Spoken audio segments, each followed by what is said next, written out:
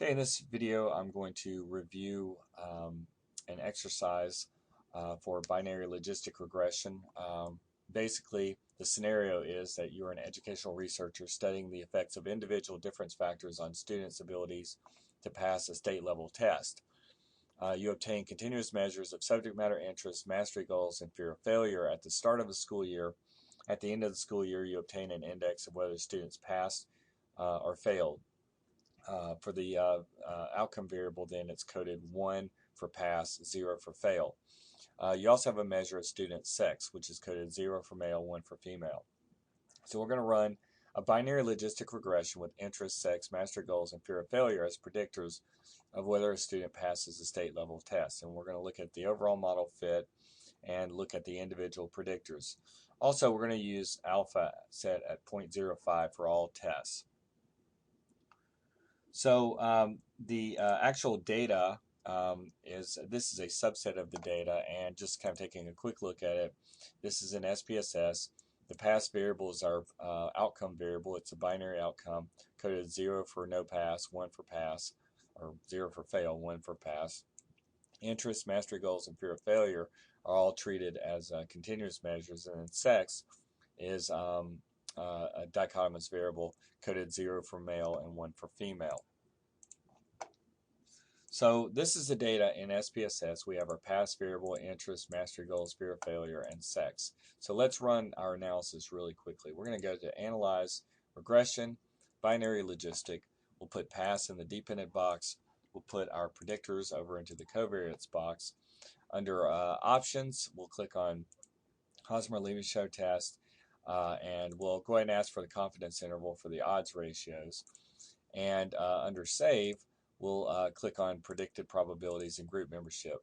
A lot of times we don't really spend much time requesting this information, but if you want the predicted probability of falling into the target group, which in this case would be the pass group, you can click on this button right here and get that. If you want the predicted group membership, which is essentially pivoting off of these probabilities, then you can get that as well. So I'm just going to demonstrate this in this particular video. So next we'll click on OK and take a look at our output. So you'll see first off that block 0, this is essentially a null model with no predictors. So really trying to evaluate the fit at this level is pretty uninformative. Block 1 is where the predictors have been entered. We have likelihood ratio chi-square test, which what we're doing in this case is testing the fit of our model relative to the null model. And so you can see right here, these are the chi-square value, degrees of freedom, and a p-value. So statistical significance for this test would be an indicator that our model is fitting the data significantly better than a null model with no predictors. Under the model summary table, we have a couple of pseudo R-square values, and basically these are treated as sort of loose analogies to least squares R-square values. They're not computed in the same way, so it's a little trickier to interpret, but you can kind of look at them in terms of their magnitude to get it and sort of think about it in relation to what R-square values, what kind of small, medium, and large R-square values might be in the context of least squares, and kind of make a bit of a judgment of the relationship between the predictors and the outcome, kind of through analogy, if you will. The Nail-Kirky R-square ranges between 0 and 1. Cox and Snell is actually does not have an upper bound of 1, so I personally don't find it terribly useful. Probably I tend to gravitate towards this R-square value if I'm interpreting out of the two. The Hosmer-Levenshow test is essentially another chi-square test, and this is interpreted a little differently from the chi-square test that we see above. Up here, statistical significance is an indicator of good model fit. For this test, statistical significance is an indicator that the model is not fitting the data. So the p-value that we have right here, which is 0.677, is greater than our alpha at 0.05. So that would be an indicator that our model is fitting the data. Just kind of keep in mind, this is not one of the more preferred approaches to making a decision about model fit. And sometimes you can have these different indicators kind of demonstrating some incongruence in terms of the decision. So in this particular demonstration right here, though, they're all kind of agreeing in terms of the fit of our model to the data. When we scroll down and look at the classification table, you'll notice that for pass, the 0 is the no pass group. These are the observed no passes and the observed passes right here. So the observed no passes equals 100. It's just 72 plus 28.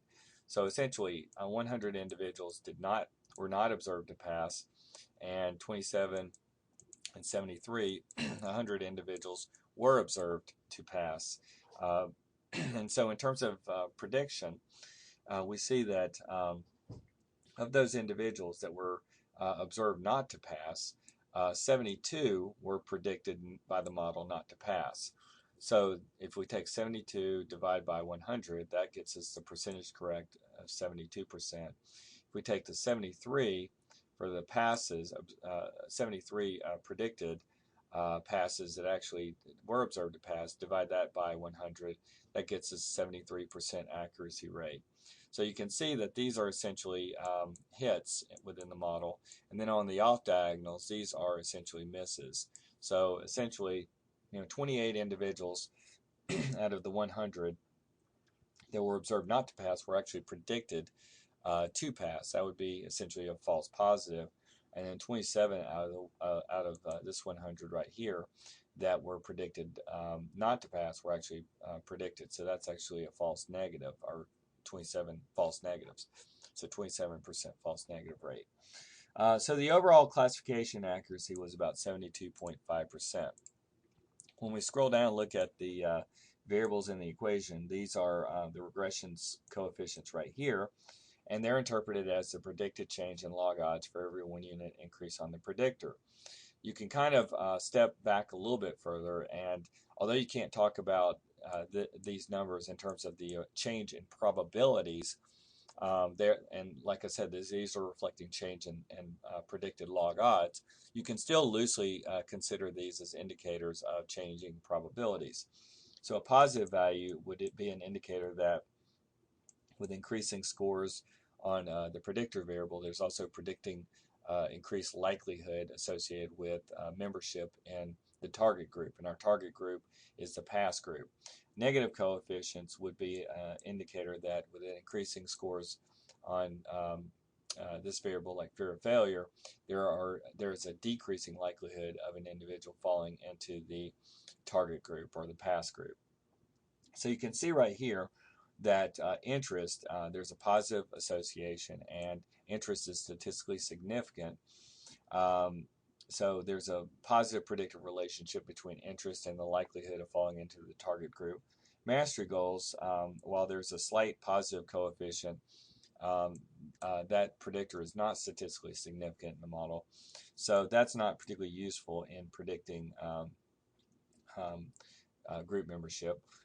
Fear of failure has a negative coefficient, and it is statistically significant. So individuals who exhibited higher levels of fear of failure were less likely to be predicted by the model to fall into the target group. And then sex, which was actually coded 0 for male, 1 for female, there's a positive coefficient indicating that females were predicted to pass more often relative to males, and that predictor was statistically significant. You'll see here that we have the odds ratio, and basically a value of 1 indicates that there's no relationship between the predictor or the independent variable and our dependent variable. A value that's greater than 1 indicates that there's essentially a positive relationship, and this value is going to be associated with a regression coefficient that is also positive. So you can see positive regression coefficient, odds ratio is greater than 1. If it's negative, or excuse me, if it's less than 1, basically falling between 0 and 1, as in this particular case right here for fear of failure, you can see that we have a negative regression coefficient here. So basically the odds ratio is reflecting how much the odds are changing as a factor of this number for every 1 unit increase on the predictor. So basically we could say that for every 1 unit increase on interest, the odds of falling into the target group change by a factor of 1.044.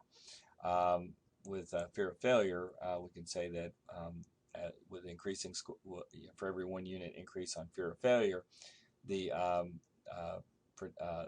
predicted odds are changing by a factor of 0.96, meaning that the odds are actually decreasing.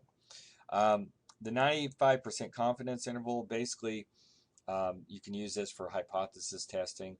With the standard regression coefficient, the null hypothesis is that your regression coefficient is equal to 0 within the population.